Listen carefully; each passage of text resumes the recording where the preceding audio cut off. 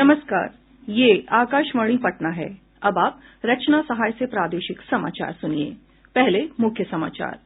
प्रधानमंत्री नरेंद्र मोदी ने कहा, आत्मनिर्भर भारत सिर्फ आर्थिक अभियान नहीं बल्कि ये राष्ट्रीय चेतना से जुड़ाव है। आकाशवाणी से मन की बात कार्यक्रम में प्रधानमंत्री ने कोरोना महामारी में लोगों से सतर्कता बरतने का आग्रह किया। केंद्र सरकार ने निजी अस्पतालों में कोरोना टीका का दर 250 रुपये निर्धारित किया। कल से होगा निबंधन, 2 मार्च से तीसरे चरण का टीका लगाया जाएगा। और प्रदेश के कॉमन सर्विस केंद्रों पर कल से आयुष्मान कार्ड बनाने के लिए शुल्क नहीं देना होगा। बुलेटिन की शुरुआत से पहले यह संकल्प। कोविड-19 महामारी के खिलाफ देश एकजुट होकर लड़ रहा है। आप भी हमारे साथ सुरक्षा और बचाव के 3 आसान एहतियाती उपायों का संकल्प लें। कोविड-19 से बचाव और सुरक्षित रहने के 3 उपाय। मास्क लगाएं, 2 गज दूरी है जरूरी, सुरक्षित दूरी रखें, हाथ और मुंह साफ रखें। अब समाचार विस्तार से।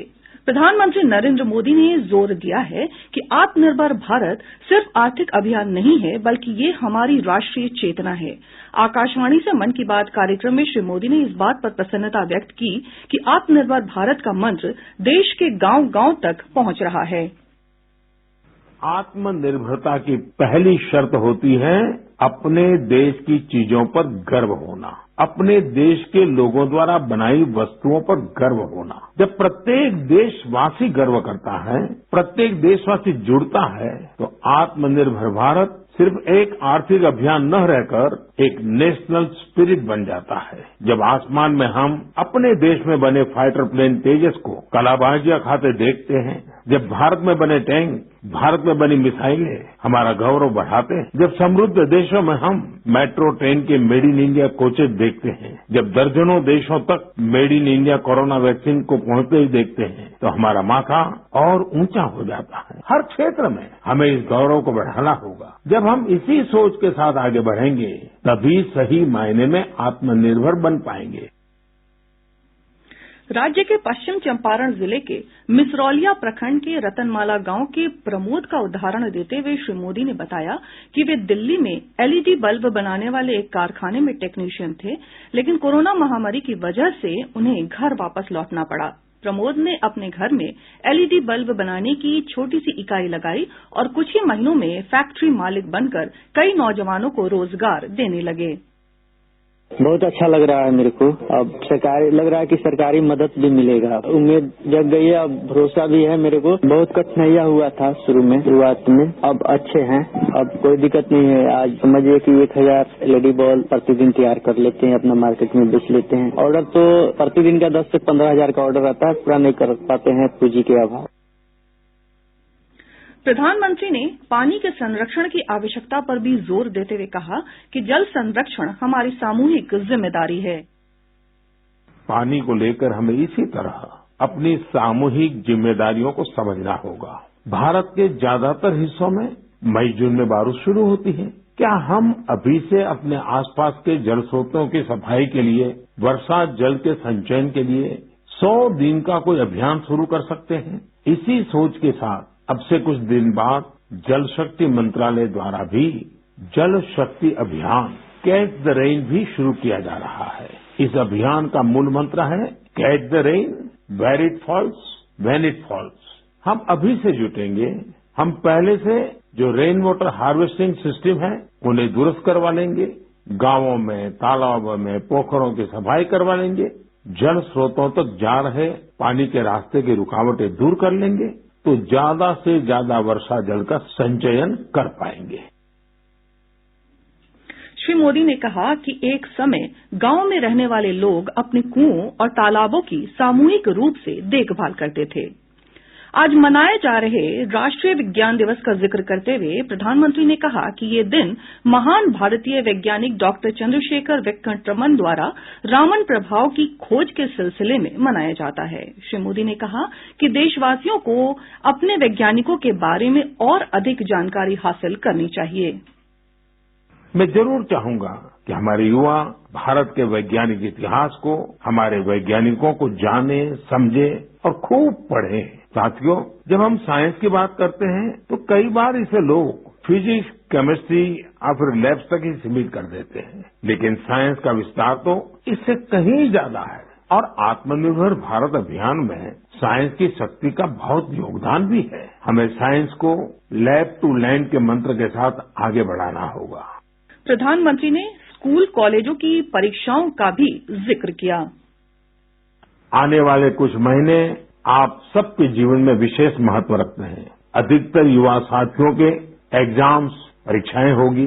अब सबको याद है ना, वॉरियर बनना है, वॉरियर नहीं। हंसते हुए एग्जाम देने जाना है और मुस्कुराते हुए लौटना है। किसी और से नहीं, अपने आप से ही स्पर्धा करनी है। पर्याप्त नींद भी लेनी है और टाइम मैनेजमेंट भी करना है। खेलना भी नहीं छोड़ना है, क्योंकि जो खेले वो खिले। रिवीजन और याद करने के स्मार्ट तरीके अपनाने हैं। यानी कुल मिलाकर इन एग्जाम्स में अपने बेस्ट को बाहर लाना है। श्री मोदी ने लोगों से कोरोना महामारी से सतर्कता बरतने में कोई ढिलाई नहीं बरतने का भी आग्रह किया। उन्होंने कहा कि एहतियात में ढिलाई देने का वक्त अभी नहीं आया है। प्रधानमंत्री ने कहा कि विभिन्न खेलों की कमेंट्री अलग अलग भाषाओं में की जानी चाहिए। हमने देखा है कि जिन खेलों में कमेंट्री समृद्ध है, उनका प्रचार प्रसार बहुत तेजी से होता है। हमारे यहाँ भी बहुत से भारतीय खेल हैं, लेकिन उनमें कमेंट्री कल्चर नहीं आया है और इस वजह से वो लुप्त होने की स्थिति में है। मेरे मन में एक विचार है, क्यों न अलग अलग स्पोर्ट्स और विशेषकर भारतीय खेलों की अच्छी कमेंट्री अधिक से अधिक भाषाओं में हो। हमें इसे प्रोत्साहित करने के बारे में जरूर सोचना चाहिए। मैं खेल मंत्रालय और प्राइवेट संस्थान के सहयोगियों से इस बारे में सोचने का आग्रह करूंगा। माघ के महीने का जिक्र करते हुए श्री मोदी ने कहा कि ये महीना आध्यात्मिक और सामाजिक महत्व का महीना है। उन्होंने कहा कि कल माघ पूर्णिमा के दिन संत श्री रविदास जी की जयंती मनाई गई। श्री मोदी ने कहा कि देश के युवाओं को संत रविदास से सीख लेकर उनके बताए रास्ते पर आगे बढ़ना चाहिए। राज्यपाल फागू चौहान ने आज आकाशवाणी से प्रसारित प्रधानमंत्री नरेंद्र मोदी के मन की बात कार्यक्रम में स्थान पाने वाले बिहारी युवा पश्चिम चंपारण जिले के मिसरौलिया प्रखंड के रतनमाला गांव के प्रमोद को बधाई दी है। प्रादेशिक समाचार आप आकाशवाणी पटना से सुन रहे हैं। केंद्र सरकार ने निजी अस्पतालों में कोविड का टीका लगाने के लिए 250 रुपए की दर निर्धारित किया है। केंद्र सरकार के निर्देश के बाद तीसरे चरण के लिए आज टीके का ड्राई रन समाप्त हो गया। कल से निबंधन शुरू होगा और 2 मार्च से टीकाकरण किया जाएगा। इस चरण में 60 साल से अधिक उम्र के लोगों को कोविड का टीका लगाया जाएगा। साथ ही गंभीर बीमारी वाले 45 वर्ष से अधिक आयु के लोगों को भी कोविड टीका लगाया जाएगा। 10,000 सरकारी अस्पतालों में यह टीका निःशुल्क लगाया जाएगा, जबकि लगभग 20,000 निजी टीकाकरण केंद्रों पर वैक्सीन का शुल्क लोगों को वहन करना होगा। इधर राज्य स्वास्थ्य समिति के कार्यपालक निदेशक मनोज कुमार ने कहा कि निजी अस्पतालों में टीके की आपूर्ति स्वास्थ्य विभाग करेगा। निदेशक ने कहा कि एक परिवार के एक मोबाइल नंबर पर अधिकतम 4 लोगों का ही टीकाकरण के लिए निबंधन कराया जा सकेगा। उन्होंने कहा कि निजी अस्पताल निर्धारित राशि से अधिक की मांग करते हैं तो टोल फ्री नंबर 104 पर शिकायत दर्ज कराई जा सकेगी। श्री कुमार ने कहा कि निबंधन के लिए लाभार्थी के पास ओटीपी के लिए अपना मोबाइल नंबर और सरकार की ओर से मान्यता प्राप्त पहचान पत्र अनिवार्य होगा। प्रदेश के कॉमन सर्विस सेंटर पर आयुष्मान कार्ड बनाने के लिए अब शुल्क नहीं देना पड़ेगा। नेशनल हेल्थ अथॉरिटी और सीएससी के बीच हुए समझौते के बाद बिहार समेत देश के 10 राज्यों में कल से आयुष्मान कार्ड निःशुल्क बनाए जाएंगे। पहले ये कार्ड बनवाने के लिए 30 रुपए देने पड़ते थे। आज राष्ट्रीय विज्ञान दिवस है। ये दिवस प्रति वर्ष 28 फरवरी को रमन प्रभाव की खोज के उपलक्ष्य में मनाया जाता है।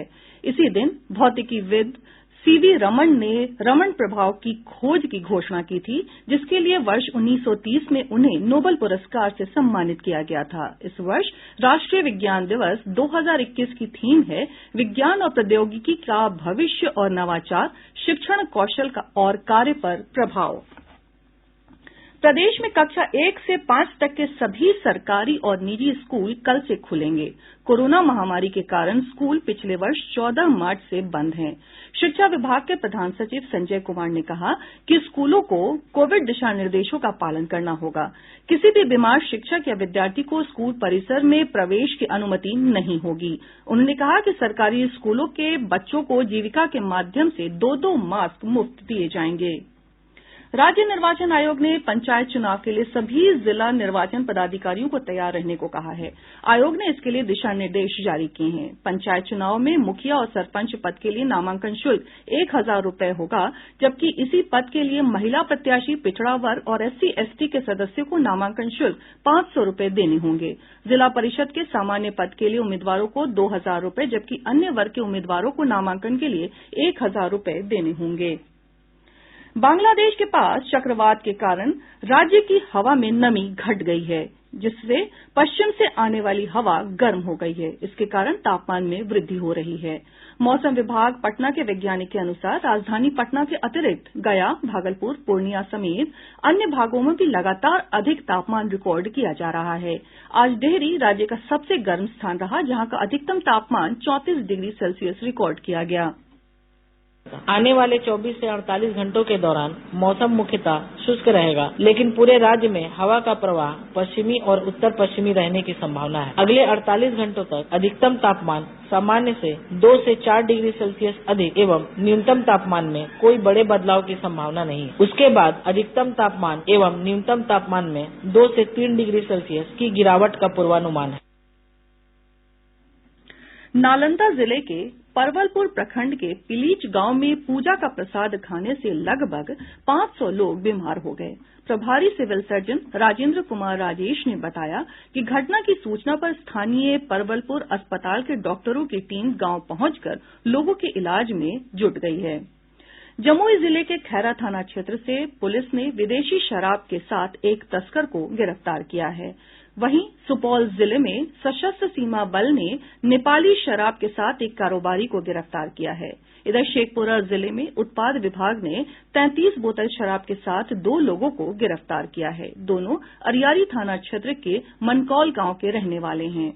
सारण जिले में पूर्व मध्य रेलवे के गोल्डनगंज सोनपुर रेलखंड के बड़ा गोपाल स्टेशन के पास ट्रेन से कटकर एक व्यक्ति की मौत हो गई। खगड़िया जिले के गोगरी थाना क्षेत्र के भगवान उच्च विद्यालय के मैदान में आज एक लावारिस बम के विस्फोट कर जाने से एक 13 वर्षीय किशोर की मौत हो गई। पुलिस मामले की जांच कर रही है। और अंत में मुख्य समाचार एक बार फिर। प्रधानमंत्री नरेंद्र मोदी ने कहा, आत्मनिर्भर भारत सिर्फ आर्थिक अभियान नहीं बल्कि ये राष्ट्रीय चेतना से जुड़ाव है। आकाशवाणी से मन की बात कार्यक्रम में प्रधानमंत्री ने कोरोना महामारी में लोगों से सतर्कता बरतने का आग्रह किया। केंद्र सरकार ने निजी अस्पतालों में कोरोना टीका का दर 250 रुपये निर्धारित किया। कल से होगा निबंधन, 2 मार्च से तीसरे चरण का टीका लगाया जाएगा। और प्रदेश के कॉमन सर्विस केंद्रों पर कल से आयुष्मान कार्ड बनाने के लिए शुल्क नहीं देना होगा। और इसके साथ ही आकाशवाणी पटना से प्रसारित प्रादेशिक समाचार का ये अंक समाप्त हुआ। कोविड-19 से बचाव और सुरक्षित रहने के 3 उपाय। मास्क लगाएं, 2 गज दूरी है जरूरी, सुरक्षित दूरी रखें, हाथ और मुंह साफ रखें।